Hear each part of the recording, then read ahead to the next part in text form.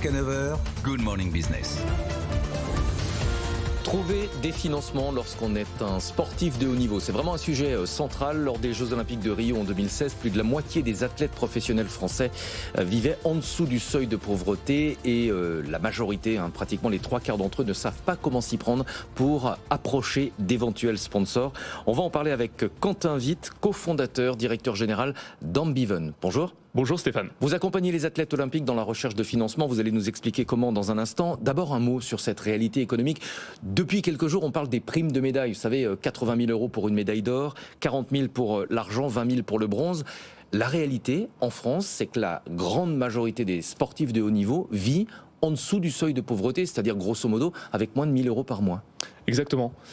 Aujourd'hui, un athlète de haut niveau en France, c'est quelqu'un qui se lève à 5 h du matin, voire même plus tôt tous les jours, qui doit concilier plusieurs heures d'entraînement quotidiennes avec peut-être un métier, avec peut-être des études, parce que la moitié aussi des athlètes ont en dessous de 22 ans, les athlètes de haut niveau français.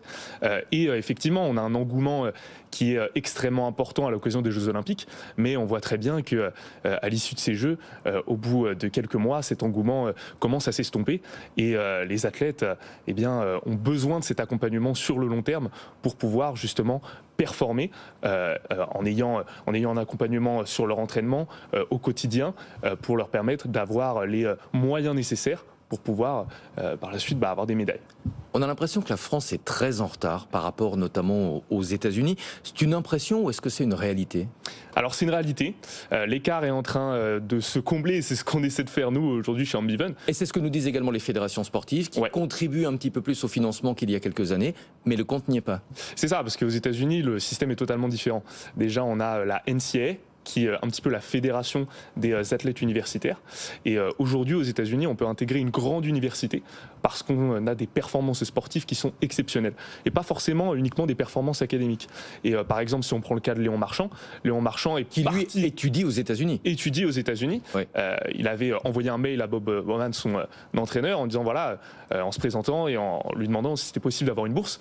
Et aujourd'hui, en France, cet accompagnement financier dans le cadre de grandes études, il est permis uniquement lorsqu'on a des bonnes performances scolaires, mais pas forcément lorsqu'on a des bonnes performances sportives. Et on le voit même dans l'éducation de certains pays européens qui se rapprochent plutôt de l'éducation du système éducatif des pays, du continent américain.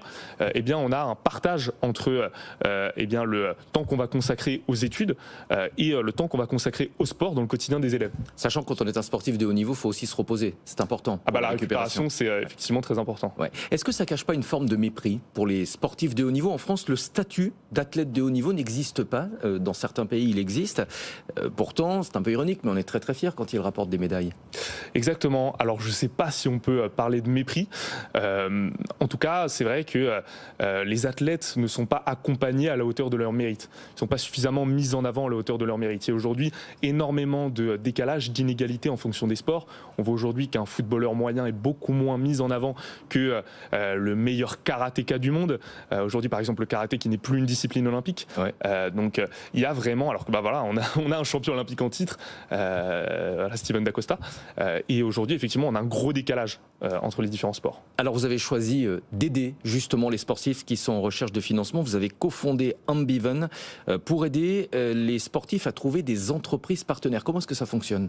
Exactement. Alors, Ambiven, c'est une solution qui permet de connecter les athlètes et les marques pour coordonner des campagnes d'influence sur les réseaux sociaux. Alors peut-être déjà revenir sur la définition de ce qu'est le marketing d'influence pour les auditeurs, les téléspectateurs qui ne sont pas forcément familiers avec ça. C'est Nabila à Dubaï. Alors non. Alors justement, c'est ce qu'on essaie de combattre en promouvant des profils qui justement partagent les valeurs du sport qui sont extrêmement nobles. Alors le marketing d'influence, c'est donner la possibilité aux entreprises de pouvoir communiquer avec des profils d'influenceurs entre guillemets sur les réseaux sociaux. Si je fais le parallèle pour que ce soit un peu plus compréhensible, on peut faire le parallèle entre le compte d'un influenceur et une chaîne de télévision. Une chaîne de télé a son audience, un influenceur a les personnes qui le suivent et une chaîne de télé a la possibilité de pouvoir promouvoir des marques moyennant une rémunération via des spots publicitaires qu'on voit par exemple à la mi-temps des matchs de foot. Et bien pour un influenceur, c'est exactement pareil. Sauf qu'un influenceur, lui, il peut promouvoir une marque en montrant son quotidien avec une frontière finalement très fine entre le contenu qu'il produit qui intéresse finalement son audience, et puis la promotion d'une marque.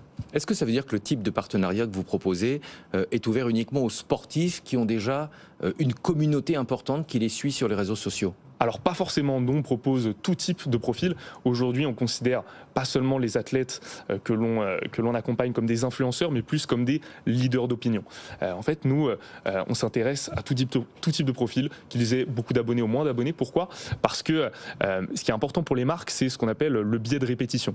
C'est-à-dire qu'il est plus important, plus intéressant, plus performant pour une marque de réaliser une campagne avec une dizaine, une quinzaine, une vingtaine de profils qui ont un petit peu moins d'abonnés, mais qui ont un taux d'engagement beaucoup plus important qu'un influenceur qui a une grosse communauté, mais un engagement moindre. Le retour sur investissement, on le voit, lorsqu'on somme différents athlètes ou différents influenceurs avec un nombre d'abonnés moindre, eh bien, en termes de ROI, c'est tout de suite beaucoup plus performant. De retour sur investissement, quelles sont les valeurs que recherchent les entreprises dans ces opérations ?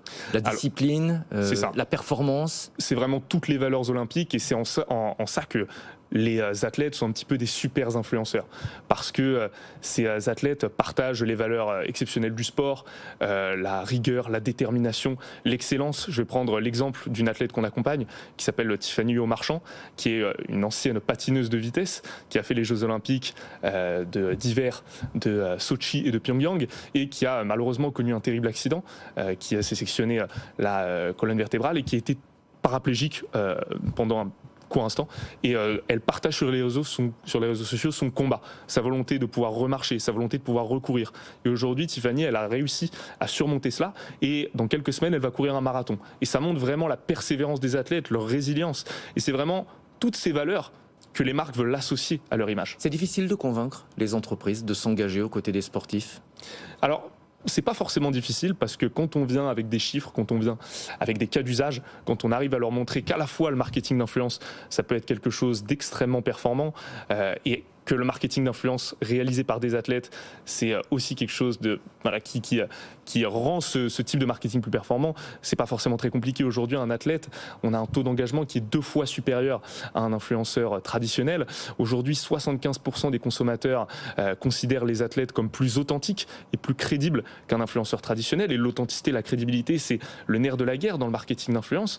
On a 58% des personnes qui vont cliquer sur le lien d'un produit lorsqu'il est présenté par un athlète. C'est 2 fois moins pour un influenceur traditionnel. Alors, je veux dire, il y a vraiment une effervescence autour de ces athlètes. Ça marche mieux avec un sportif de haut niveau, on l'a bien compris. Comment est-ce que vous faites correspondre le profil des sportifs et celui des entreprises intéressées ? Eh bien, nous, ce qu'on fait, c'est qu'on accompagne les entreprises et les athlètes à toutes les étapes d'une campagne de marketing d'influence. Effectivement, comme vous l'avez dit, ça commence par choisir le bon profil, effectuer le bon matching. Quels sont les critères ? Alors les critères des entreprises dépendent en fonction de leurs objectifs. Ça peut dépendre de leur volonté d'avoir une plus grande visibilité, la volonté des entreprises de convertir plus, de vendre. Nous, ce qu'on fait, c'est qu'on va vraiment essayer de comprendre les objectifs des entreprises, et pour ça, on utilise un outil de plateforme qu'on a développé et qu'on met à disposition des entreprises et des athlètes, qui nous permet de récupérer leurs critères de campagne, leur budget, leurs autres contraintes, de récupérer également toutes les données qu'on va pouvoir récupérer des comptes des réseaux sociaux des entreprises, et on va pouvoir effectuer ce matching pour optimiser le retour sur investissement en fonction de ses contraintes et de ses volontés de chacun. Ambiven prend une commission de 15%. Est-ce que ça fait de vous une agence de marketing sportif ? Alors, de la même manière que les athlètes sont un petit peu des super influenceurs, on peut se considérer un petit peu comme une super agence, parce que on apporte tous les avantages d'une agence, et même au-delà, grâce à l'intégration de ces outils d'intelligence artificielle, à la puissance du numérique, et sans les inconvénients finalement d'une agence. Pourquoi ? Parce que vraiment on essaie d'accompagner les athlètes et les marques à toutes les étapes du process d'une campagne de marketing, en utilisant justement ces outils technologiques qui permettent d'optimiser ces processus. Merci beaucoup, Quentin Vip. Merci Stéphane. Bravo pour votre engagement, directeur général d'Ambiven, cofondateur également. On en profite pour saluer l'autre cofondateur qui, je crois, vous a accompagné. Exactement, Maxence. C'est ça. Et qui est en coulisses. Merci.